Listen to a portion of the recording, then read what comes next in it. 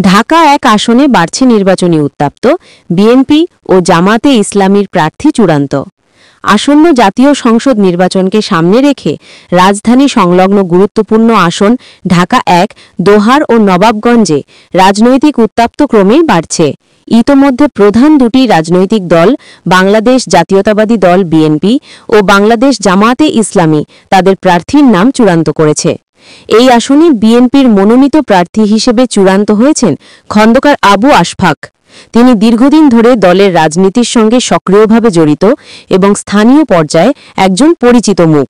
দোহার ও নবাবগঞ্জ এলাকার উন্নয়ন, কর্মসংস্থান ও নাগরিক সুবিধা বৃদ্ধিকে তিনি তার নির্বাচনী অঙ্গীকারের মূল বিষয় হিসেবে তুলে ধরছেন।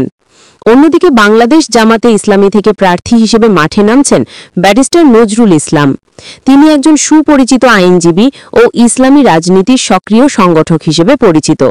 ন্যায় বিচার, দুর্নীতিমুক্ত সমাজ গঠন এবং ইসলামী মূল্যবোধ ভিত্তিক রাষ্ট্র ব্যবস্থার অঙ্গীকার নিয়ে তিনি ভোটারদের কাছে সমর্থন চাইছেন। রাজনৈতিক বিশ্লেষকদের মতে ঢাকা এক আসনে এবারের নির্বাচন হতে যাচ্ছে বেশ প্রতিদ্বন্দ্বিতাপূর্ণ। দুই দলের প্রার্থী নিজ নিজ অবস্থানে শক্তিশালী হওয়ায় ভোটের মাঠে হাড্ডাহাড্ডি লড়াইয়ের সম্ভাবনা রয়েছে। ইতোমধ্যে এলাকা জুড়ে পোস্টার, ব্যানার ও গণসংযোগে সরগরম হয়ে উঠেছে নির্বাচনী পরিবেশ। এখন দেখার বিষয়, শেষ পর্যন্ত ঢাকা এক আসনের ভোটাররা কাকে তাদের প্রতিনিধি হিসেবে সংসদে পাঠান।